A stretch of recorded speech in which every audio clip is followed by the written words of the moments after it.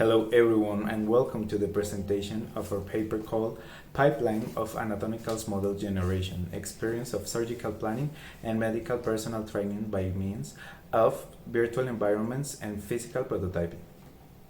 The authors of the presentations are María Lucía Arango Cortés, Marta Lucía Velasco, Manuel Caicedo Ayerbe, Diana Sofía Herrera Valenzuela, Leonardo Steven Patiño, Federico Javier Núñez, Fabián Cortés Muñoz, Wilson Sarmiento, and the person who is talking to you, Carlos Latorre.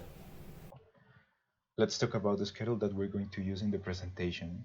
We have 4 points to treat: motivation, content creation pipeline, final remarks, and acknowledgement. I'm going to start with motivation. Currently, diagnosis images are a valuable tool to observe the internal structure of the human body. Thanks to the advances in technology, it is possible to have multiplanar and dynamic images from different structures, such as the heart. Here we can see some examples: the multi-detector, compute tomography, angiography, and three-dimensional ultrasound.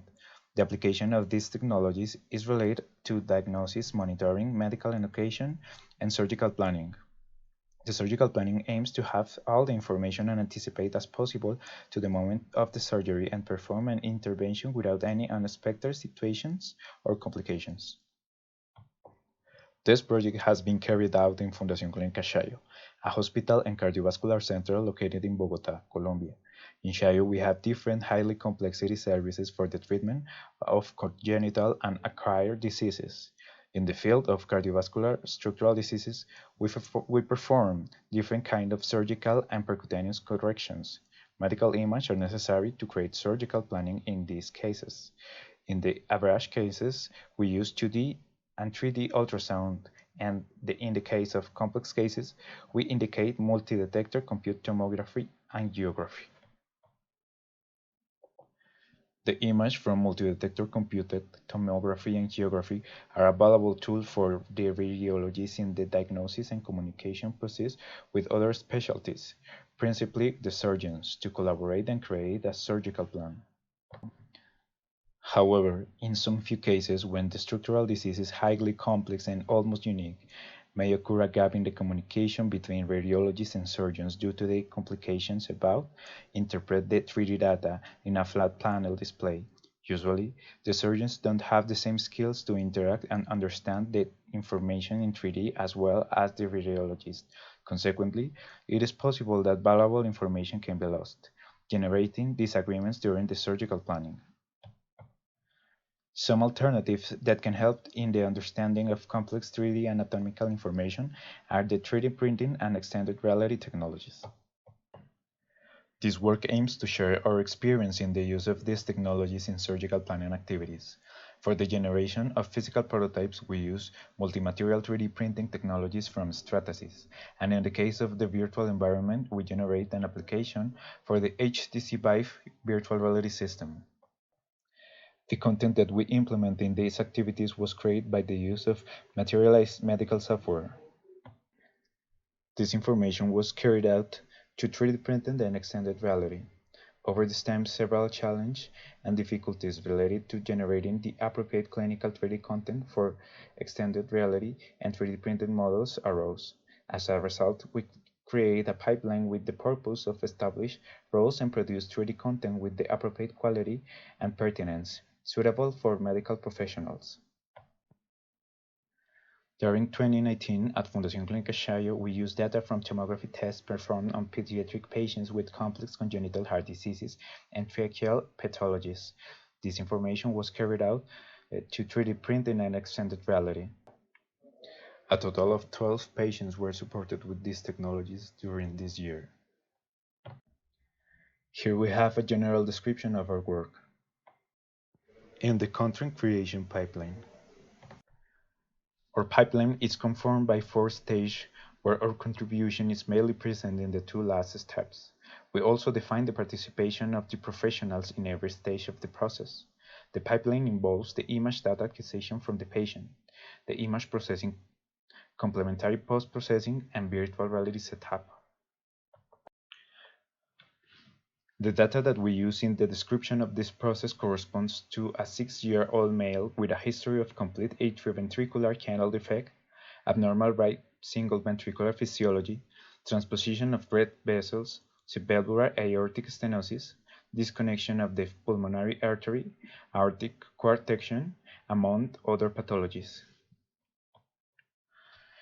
Data acquisition is the process to obtain a volume of information that corresponds to the patient's anatomy by the use of a CTA scanner.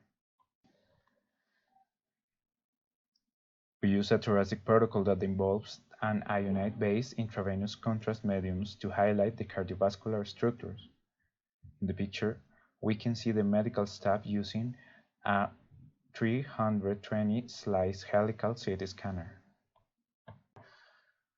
The image processing stage allows for generating suitable reconstructions to transfer the information through the hospital, so then the radiologist can realize the diagnosis. The image processing stage allows for generating suitable reconstructions to transfer the information through the hospital, so then the radiologist can realize the diagnosis. In our case, the radiology technologist creates a multiplanar reconstruction with a distance between slides of 0.05 millimeters.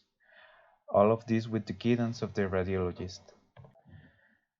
Biomedical engineers perform complementary post-processing.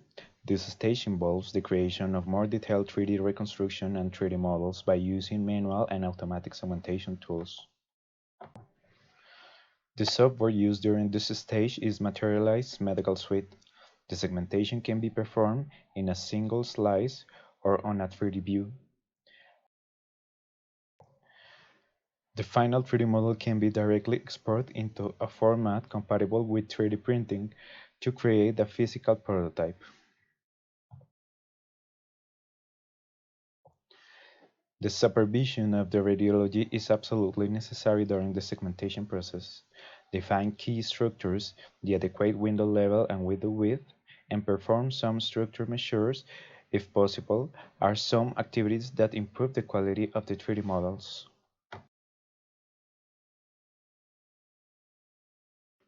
The following operations are performed to incorporate the final 3D model into the virtual reality system.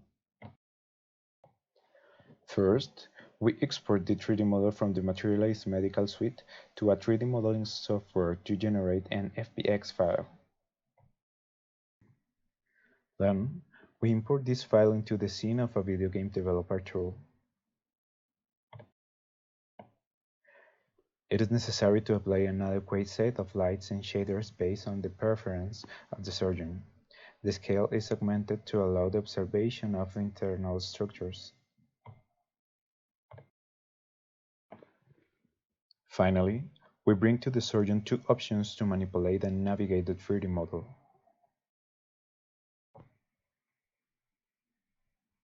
Here we can see the surgeon using the HTC Vive system for the visualization of intracardiac structures of the patient that presents different kinds of shaders to identify the key structures according to the diagnosis.